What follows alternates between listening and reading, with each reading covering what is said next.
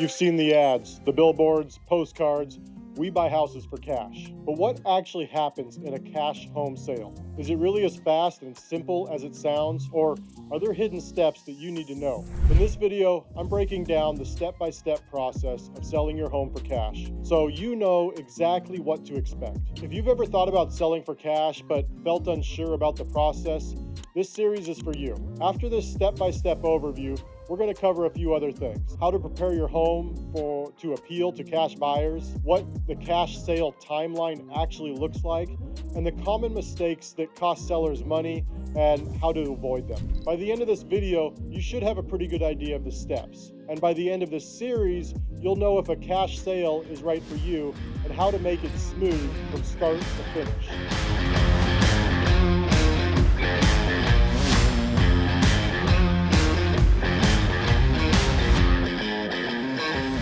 I'm Jeremy Schooler, your rebel real estate guy. I'm the founder of Kitsap Home Pro, a company that we built different and built on purpose so that we can help real people navigate what I call the common real estate problem. We won't box you into one option.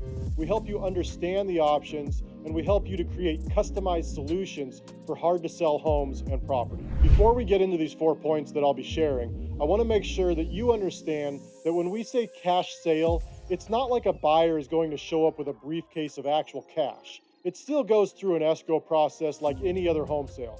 A cash sale simply means that the buyer is able to fund the deal immediately or very easily by simply transferring some funds around. The funny thing is that it really doesn't matter much, but everyone gets all hung up on the term cash sale, as if that is somehow better than a finance deal. While a cash sale has advantages of not having to meet the financing agency's requirements and timeline, but money still comes either way. Any savvy buyer may have that money readily available, but they don't want to keep it in some bank sitting there doing nothing. They have it stored in a way that it can be used easily, but is invested or somehow still making money. All right, I just wanted to put that note in there about the cash sale so that everybody kind of understands what it means when we say cash sale. So moving on to the points that I'd like to get to on this overview. Point number 1, why people sell for cash.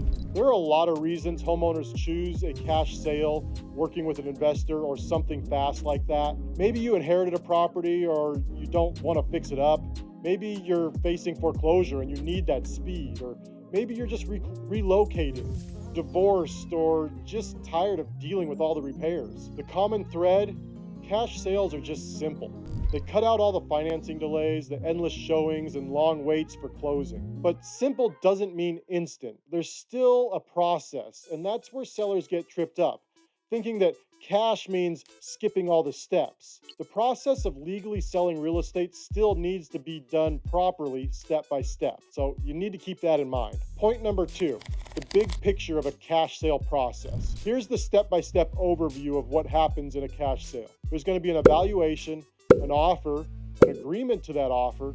It's got to go through title and escrow, and then finally gets to closing. So here's what the evaluation might look like. Like buying anything else, the buyer is going to express some interest. Then they're going to look at your home, its condition, and the market value. And then they'll consider it further. They might go home, want to be able to do a little bit of homework on the property once they've put eyes on it. Then they'll make an offer. You'll get that offer. Often with a cash buyer, that will mean fewer contingencies than a traditional buyer would have. An agreement, if you accept, the purchase and sale agreement needs to be signed, the contract needs to be signed, and then we'll turn that contract into title and escrow. That's a third party, like a title company or an attorney, who will handle all the work of making sure that everything gets done properly. They're the box checkers for us. The paperwork, and then they'll transfer the funds after that. Closing. Once all the legal steps are done, you'll walk away with cash. It is faster and simpler, but each step still matters. And then in future episodes, we're going to deal with some of these in more detail. We'll dig into these steps a little more thoroughly. Point number 3, the benefits of a cash sale. Cash sales aren't just about speed, though speed is always a big factor. Other things might be also important. For instance, certainty, or with no lenders involved, deals are less likely to fall through. And I should note here that I often use a lender, but it is a very different kind of lender than using a bank or a financial institution. I use private money lenders. These are folks that have offered to lend me money to support what we're doing to help you sell your house. They do not have the same kind of requirements, and it's not like using a bank. Their money is readily available, and it's very much as if I have money in my own account. As soon as I say go, that money's there quite quickly. I can usually have money available within 24 hours. The next benefit is that an as-is condition. You can sell it just like it is. As a cash buyer, generally, we'll take homes without requiring any repairs at all. Then you have flexible timing. You can often pick the closing date that works for you. And if necessary, we can adjust that to make it work for you. So for the right seller, these benefits might outweigh the potential trade-off of not getting so-called top dollar. Certainty, as-is condition, flexible timing, these can all be super helpful depending on your specific situation. Okay, let's talk about point number 4. The trade-offs of a cash sale. So let's be real. Cash sales aren't like some sort of magic. There are a few trade-offs that you should be aware of. Lower offers.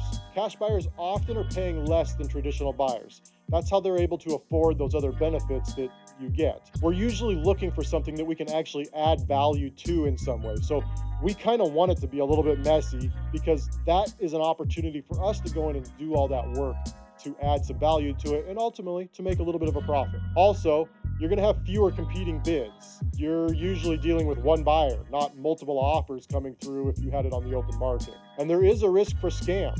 Not every so-called cash buyer is legit, and you need to be able to vet who you're working with. The key is knowing the trade-offs and deciding if they fit your situation. So, lastly, is selling for cash worth it? It really depends on your priorities. If you want maximum price and have time and money to wait or do all the work to the property, the traditional route may be better for you. If you want speed, certainty, less hassle, cash might be the right fit. And this series will help you figure that out. We're going to walk through those things and ultimately, hopefully, you have a better idea on how to answer that question for yourself. Here's what I want you to remember here. Selling your home for cash is a tool.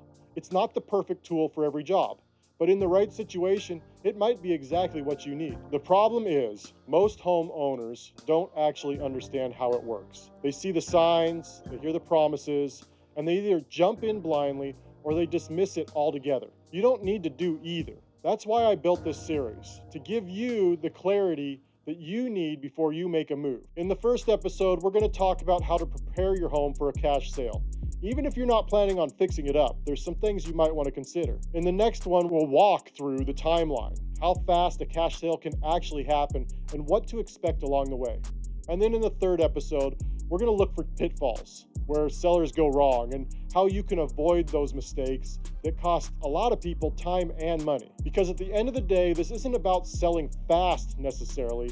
It's about finding the right solution for your life, for your situation. And if cash is that solution, I want you to walk into it with your eyes wide open and your head held high, knowing that you have an idea of what you're dealing with. We'll dig into this series, stick with me through that. And if you found this one helpful, getting this basic overview, could you help me out by hitting that like button and the subscribe button?